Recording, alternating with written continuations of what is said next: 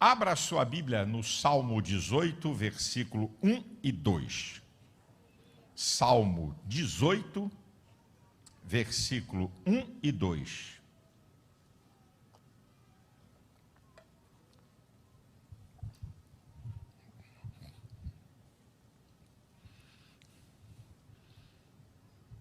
Diz o Salmo 18, versículo 1 e 2. Eu te amarei, Senhor, de todo o meu coração. Ó Senhor, fortaleza minha. O Senhor é o meu rochedo, o meu lugar forte e o meu libertador, o meu Deus, a minha fortaleza, em quem confio, o meu escudo, a força da minha salvação e o meu alto refúgio. Eu quero falar com você sobre 8 características de Deus que se manifestam a nosso favor. Esse texto me mostra 8 características de Deus que Ele manifesta em meu favor e em seu favor. É o que eu quero tratar com você aqui essa noite. A primeira característica, o Senhor é o meu rochedo ou rocha. É a mesma coisa, rochedo ou rocha, né? Você sabe que rochedo ou rocha é um terreno firme, não é? Sólido, não vulnerável, que você pode construir alguma coisa que vai estar bem edificada. Essa linguagem simbólica está nos mostrando que Deus é nossa rocha. Você pode alicerçar a sua vida em Deus, que a sua vida não vai ficar abalada. Agora, lamentavelmente, muitas pessoas estão sustentando a sua vida em terrenos perigosos, em areia, em terreno movediço. Como Jesus falou em Mateus capítulo 7, versículo 26, todo aquele que escuta as minhas palavras e não as pratica, assemelhá-lo-ei ao homem que edificou a sua casa sobre a areia. Vieram a chuva, os ventos, e foi grande a sua ruína, porque estava edificada sobre a areia. Há pessoas edificando a sua vida, não em Deus, mas em areia. Como, por exemplo, no ocultismo. Pessoas envolvidas por coisas ocultas. A Bíblia fala em 1 João, capítulo 1, versículo 5, essa é a mensagem que dele ouvimos, que Deus é luz e não há nele trevas alguma. Tudo que é de Deus é às claras. Coisas ocultas, escondidas, não são de Deus. Você está sustentando a tua vida em coisas perigosas que não vão dar sustentação a você.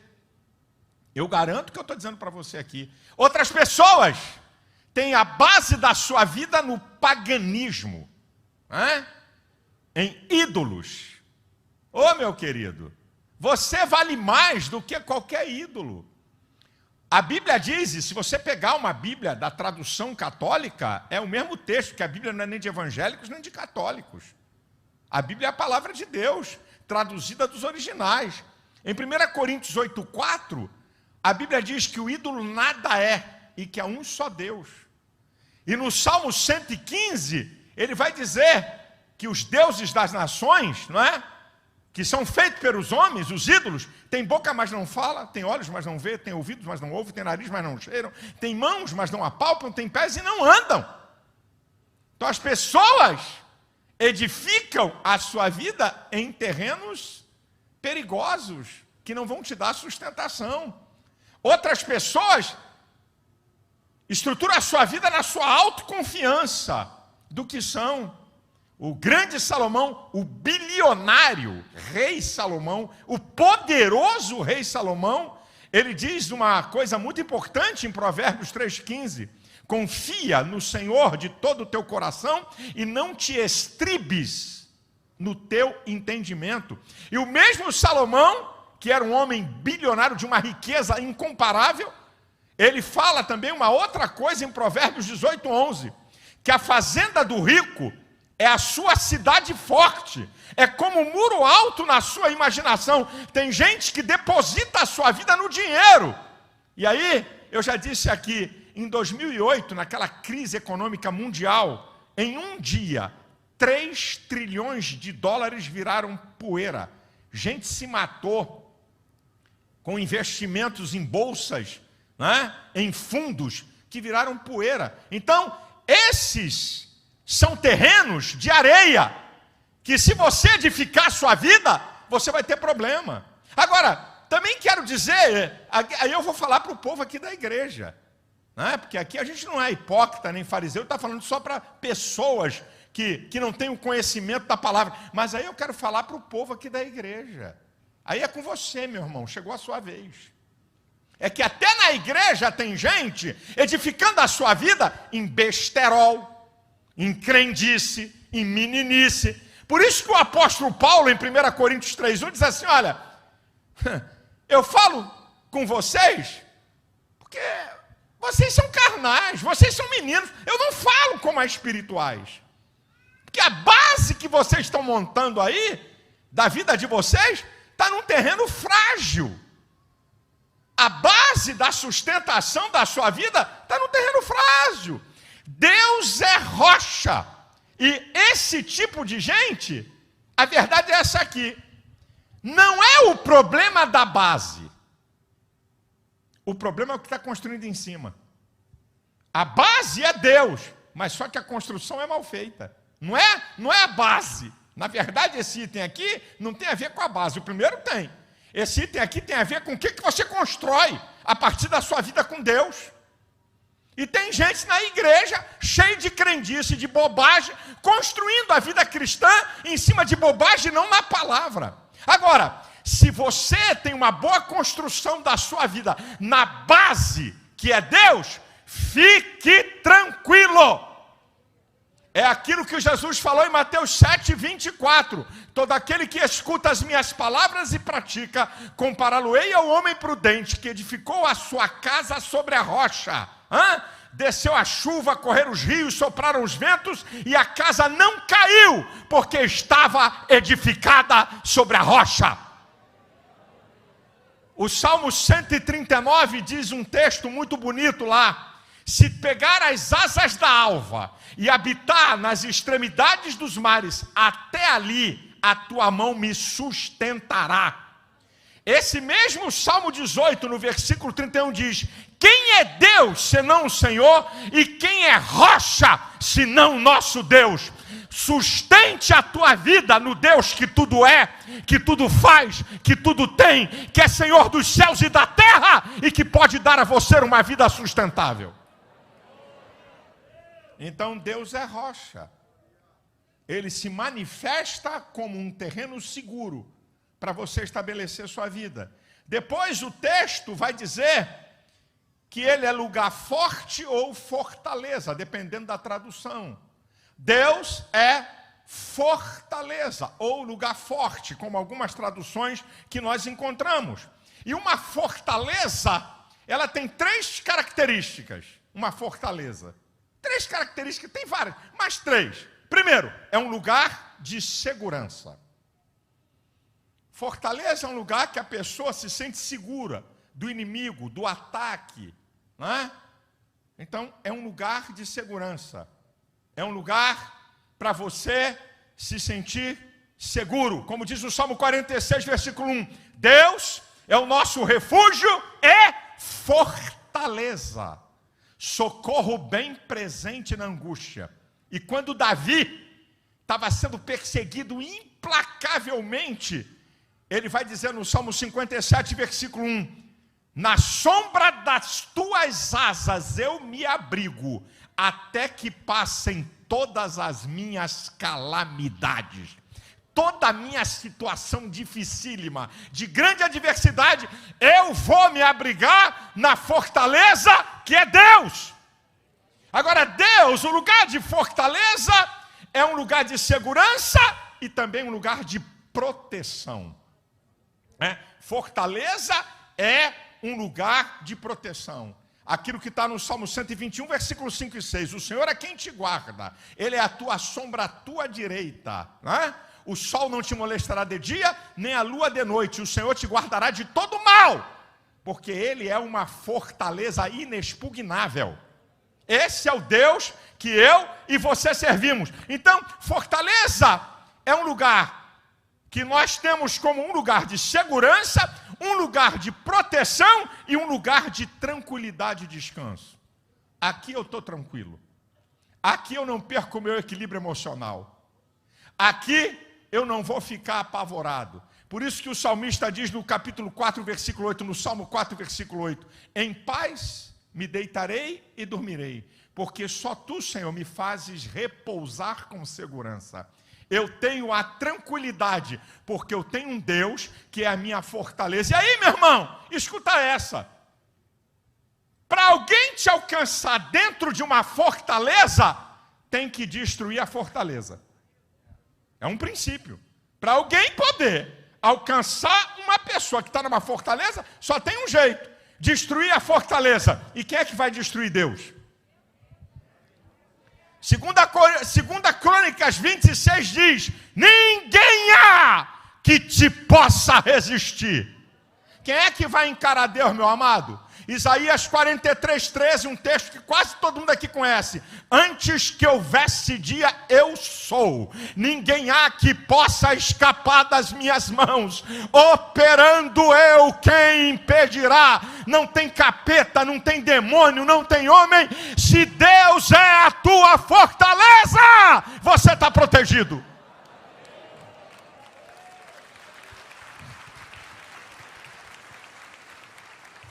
Terceiro, o texto diz sobre Deus, que Ele se manifesta a nosso favor. Meu libertador, no sentido daquele que dá um escape. Você tem que entender que esse Salmo de Davi, ele tem a ver com o momento de 1 Samuel, capítulo 22, 23, 24, que ele está sendo perseguido implacavelmente por 10 anos.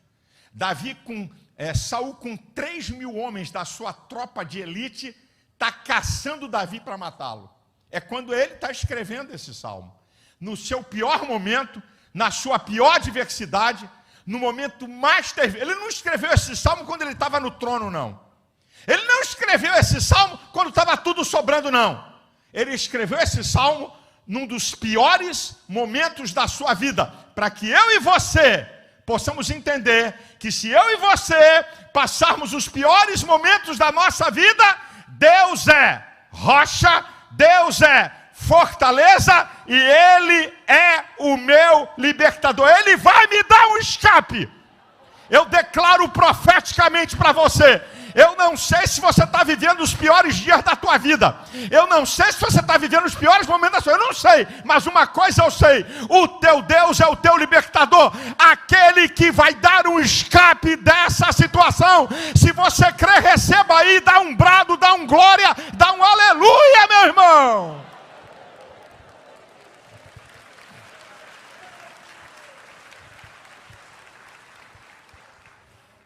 Hebreus 12, 2 diz: como escaparemos nós, se não atentarmos para uma tão grande salvação?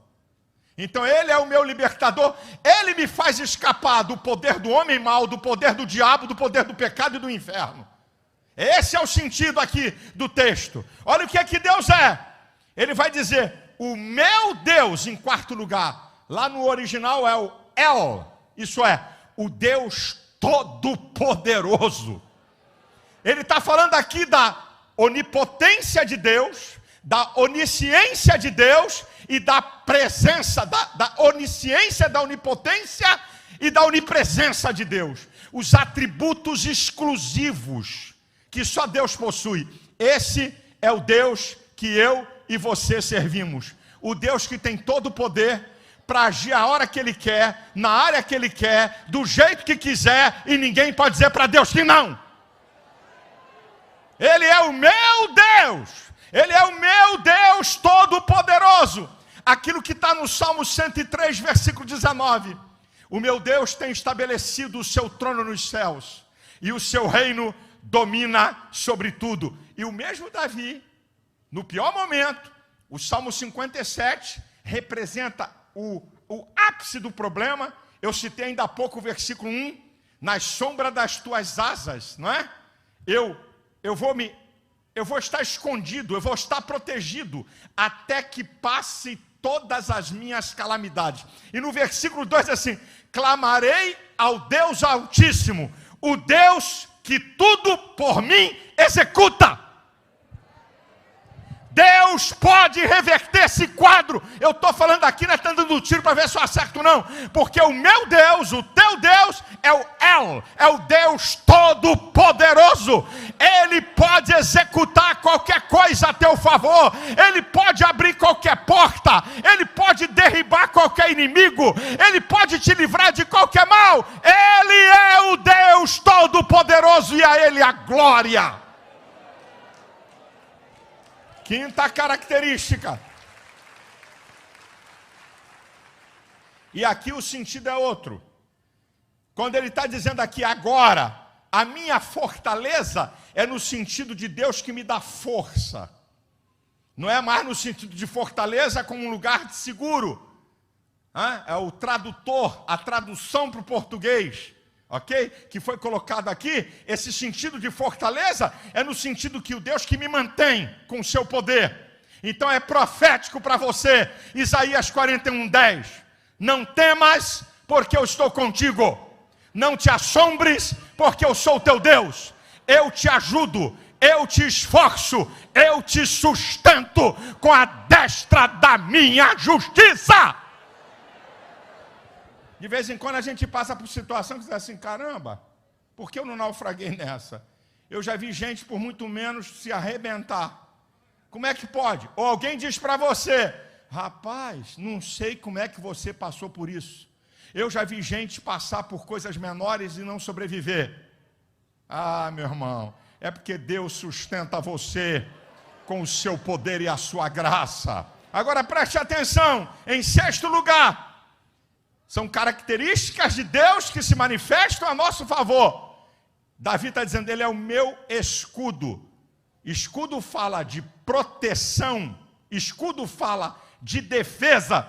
E vocês conhecem o Salmo 91, a partir do versículo 3. Ele te livrará da peste perniciosa, né? Ele te livrará, né, do laço do passarinheiro e da peste perniciosa. Ele te cobrirá com as suas penas, e debaixo das suas asas estarás seguro, porque a sua verdade é escudo e broquel. Não temerás a espanto noturno, nem seta que voe de dia, nem peste que ande na escuridão, nem mortandade que assole ao meio-dia. 1000 cairão a teu lado, 10.000 à tua direita, e tu não serás atingido. Somente com os olhos verás a recompensa do ímpio, porque tu, Senhor, é o meu refúgio, o Altíssimo é a tua habitação, nenhum mal me sucederá. Deus é o que te defende e o que te protege.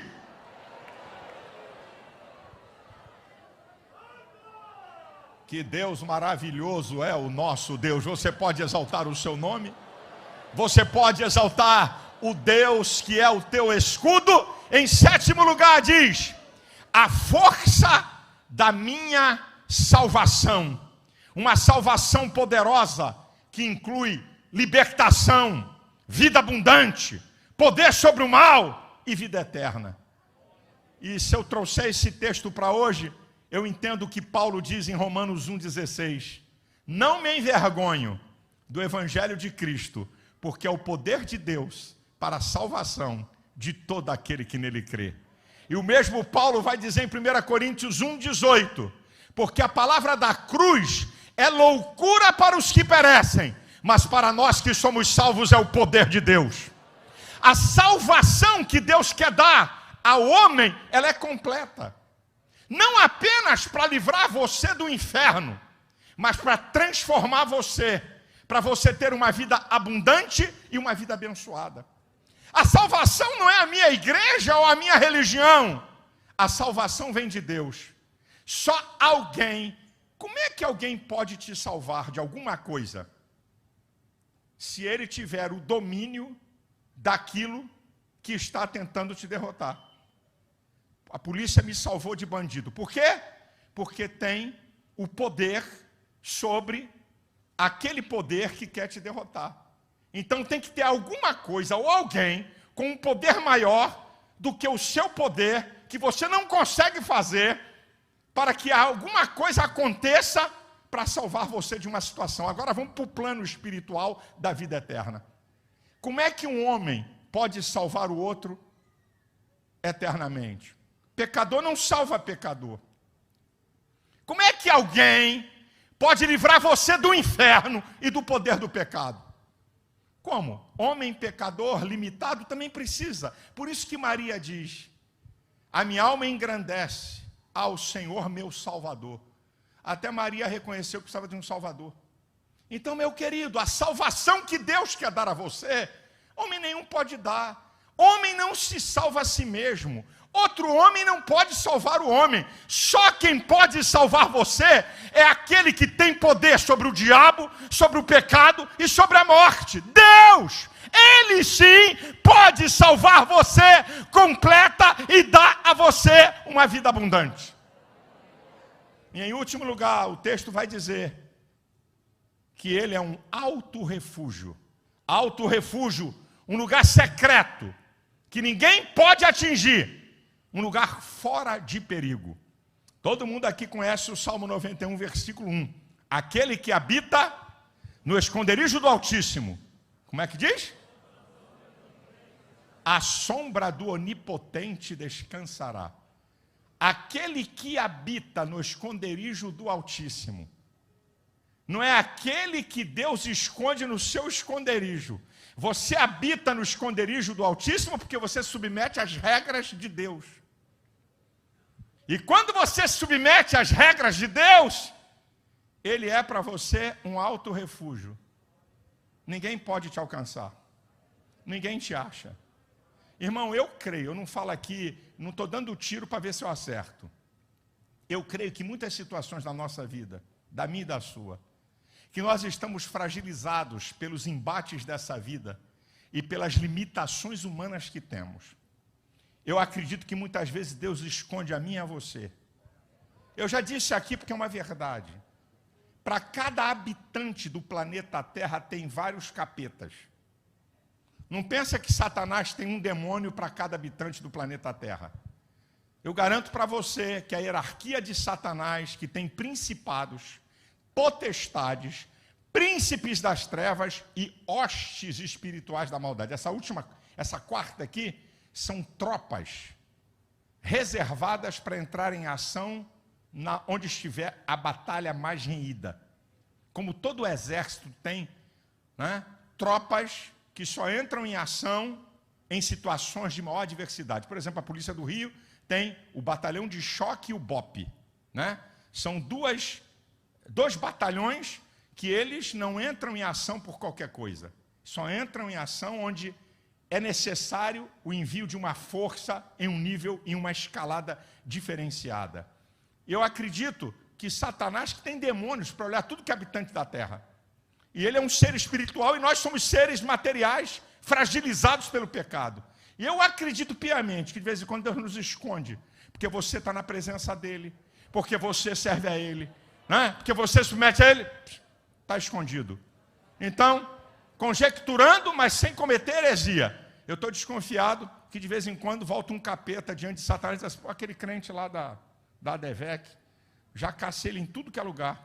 Não estou achando ele. Já fui no emprego dele, não achei. Fui na rua dele, não achei. Fui no apartamento, não achei. Fui na casa da mãe dele, não achei. Oh, querido, Deus é um alto refúgio em muitas horas da nossa vida. Nós estamos escondidos nele.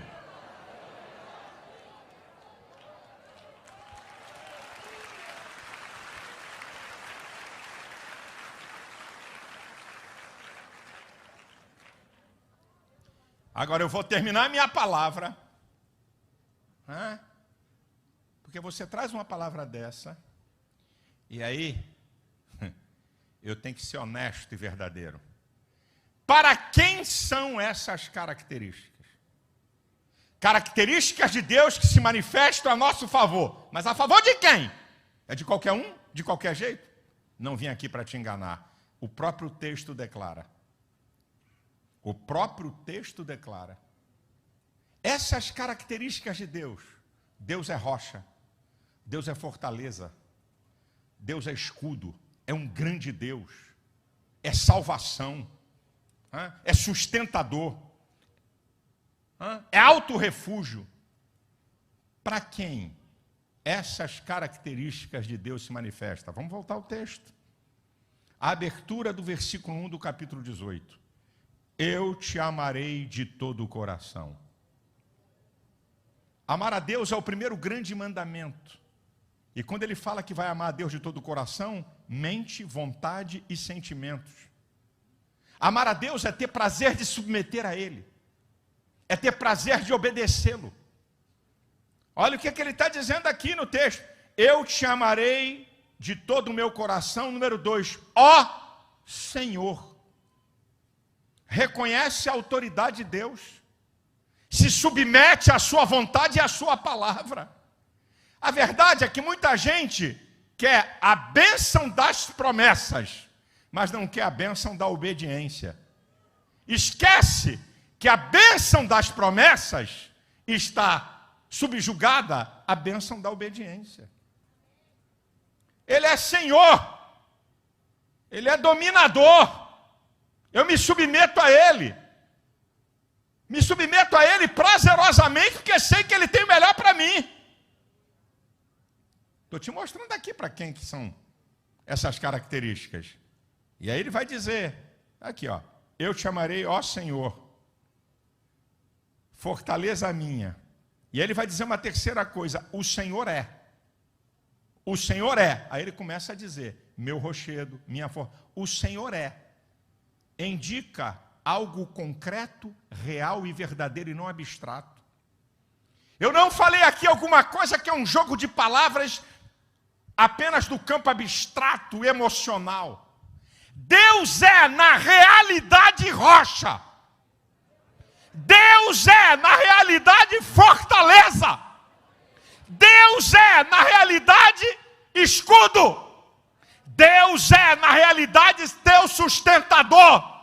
O desafio que eu faço a você é que, se você quiser experimentar isso, entregue sua vida a Ele, que essas características não são algo da abstração, é algo real e concreto. E eu pergunto a essa plateia, quantos aqui já experimentaram de maneira real essas características da sua vida acerca de Deus? Dê um brado, levante a sua mão, dê um glória, diga aí, meu irmão.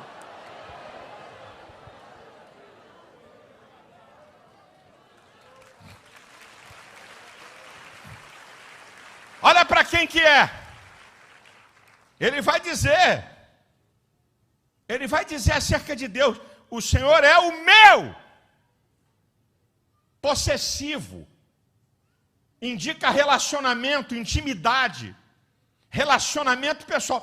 Deus pode ser o Deus do teu pai, da tua mãe, Deus da igreja, Deus do universo, Deus da terra, mas tem que ser o teu Deus, Ele é o meu. Deus quer se relacionar diretamente com você, Deus quer se manifestar a você. Você não precisa de intermediário, tem que ter um guru. Olha, se for através de mim, você vai chegar a Deus. Você só consegue num nível de intimidade com Deus se você tiver uma pessoa que tem mais intimidade que você. Você está aqui embaixo, o outro está assim com Jeová. Não. É o meu Deus, o Deus que se manifesta a você. E digo mais uma coisa para você que está aqui essa noite. Deus tem coisas para manifestar para você que não tem para mim. Se a gente entendesse isso. Meu Deus, aquela mulher é tão santa. Se eu chegasse no fiapo da unha dela, talvez eu recebesse alguma coisa que ela recebe eu não recebo. Esse homem que é um pregador, esse homem que confronta, esse homem que é isso e aquilo. Deixa de bobagem, meu irmão. Deus trata com individualidades. Escute o que eu vou dizer para você aqui. Tem gente aqui nessa igreja que você não sabe o nome dele ou dela, nunca subiu nesse púlpito, nunca deu uma palavra aqui, você não sabe nem quem é, tem mais intimidade com Deus do que eu, que sou seu pastor. Está espantado? Eu não suporto a hipocrisia nem o engano. Olha, gente, aqui nessa igreja, aleluia, louvado seja eu, glórias ao meu nome. Ninguém aqui tem mais intimidade com Deus do que eu. Que conversa é essa? Tem gente aqui que ora mais do que eu. Tem gente aqui que lê mais a Bíblia do que eu. Tem gente aqui com vida mais santa do que eu. Estás espantado olhando para mim com essa carinha dentro dessa máscara? Para você entender que você pode ter níveis de intimidade com Deus, porque não é o título que alguém tenha que determina o nível de intimidade. É o seu relacionamento pessoal com Deus. Ele quer se manifestar poderosamente a você. Ele tem coisas para você que não tem para mim, entenda isso. Essa é a grandeza de Deus. Por isso que deve dizer, ele é o meu Deus. Pode ser o Deus de Israel, pode ser o Deus dos meus pais, pode ser o Deus dos céus e da terra e dos anjos, mas é o meu Deus. Ei, você pode dizer, é o meu Deus. É o meu Deus. E ele vai dizer aqui no texto, está aqui, meu irmão. Olha, lá no versículo 2, em quem confio. Em quem confio. Já ensinei a vocês e vou repetir. Confiar é perda de controle e transferir o controle para alguém. Eu confio que esse cara aqui é um bom motorista. Então vai dirigir o carro. Por quê? Você passou o controle para ele. Você faz isso na sua vida muitas vezes automaticamente. E você confia até em coisas perigosas de confiar. Mas você confia. Agora, você confia em pessoas, confia em sistemas, confia em governos, confia no elevador, no motorista do ônibus, no condutor do metrô, no policial, que são confianças de coisas relativas. Agora, Deus, que pode ter o controle da tua vida e conduzir você por um caminho seguro, você não quer confiar. Em quem confio? Perca do controle, eu transfiro para Deus o controle. Aquilo que está no Salmo 37, versículo 5. Entrega o teu caminho ao Senhor, confia nele, e o mais ele fará. Aquilo que está no Salmo 125. Os que confiam no Senhor serão como o monte de Sião, que não se abala, mas permanece para sempre. Assim como os montes estão em volta de Jerusalém, assim também o Senhor está em volta do seu povo. Olha que coisa interessante. Estou falando de confiança. Isaías 49, 23 diz, os que confiam no Senhor não ficarão confundidos. Eu não conheço nenhuma pessoa perdida porque confia em Deus. Eu não conheço nenhuma pessoa abalada emocionalmente que confia em Deus, mesmo que esteja vivendo os mais terríveis e tenebrosos momentos da vida. A confiança em Deus é algo extraordinário. É você transferir para Deus o domínio e o poder. Olha Davi, perseguido implacavelmente por quase 10 anos, por 3.000 homens, se esconde em caverna, se esconde em rocha, se esconde em território inimigo, vai para o deserto, depois vai para outro, e a turma em cima dele, ele está dizendo, olha, eu estou fazendo a minha parte aqui. E se você olhar essa história de perto, você vai ver cada livramento que Deus deu a ele. Cada livramento, cada escape, cada ação de Deus para ele não morrer na mão de Saul, coisas espetaculares que eu não vou falar aqui. Então ele está falando de algo que ele realmente fazia. Ei, confia no Senhor. Salmo 20, versículos 7 e 8. Uns confiam em carros e outros em cavalos, mas nós faremos menção do nome do Senhor nosso Deus. Uns encurvam-se e caem, mas nós nos levantamos e estamos de pé. Nós não estamos confiando num Deus de gesso, nem de prata, nem de ouro, nem de madeira. Nós confiamos no Senhor dos exércitos, o Deus Todo-Poderoso, Criador dos céus e da terra, Senhor da vida, dominador do universo. Ei, confia nele, querido. Ele vai te levar por caminhos aplanados, ele vai te proteger. Esse é o Deus que eu quero pregar para você, para que você tenha uma experiência com ele e para que você veja como ele ama você e quer se manifestar na sua vida. A igreja de pé, por favor.